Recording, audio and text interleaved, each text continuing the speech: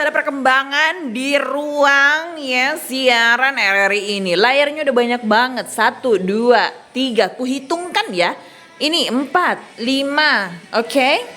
Kecuali muka penyiarnya ya. Ketemu lagi penyiar yang satu ini. Yang viral banget di YouTube gue sampai 34.000 penonton. Tadi berapa tadi? 1, 2, 3, 4, 5, 6, 7. 7 layar yang harus dihadapi sama penyiar setiap hari. Ditambah lagi, nah pamer lagi. Nah pamer again. Mempamer-pamerkan HP-nya yang ada 5 biji, 5 batang yang kemarin jadi viral. Gara-gara kayaknya memang gara-gara HP-nya yang beranak ini. Kemarin tuh guys 3, sekarang 1, 2, 3, 4, 5, 6. Mau apa semua itu HP nu idam. Jual mi, kasihkan orang-orang yang membutuhkan.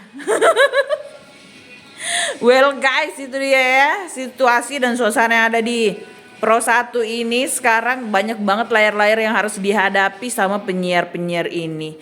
Jadi buat kalian yang kalau misalnya datang ke sini siaran pun ya bisa nampak wajah kalian di sini ya kan. Nah, sambil duduk ada layar. Itu layar ya, itu layar. Ih, tambah keren aja lah Pro 1 kita ini ya.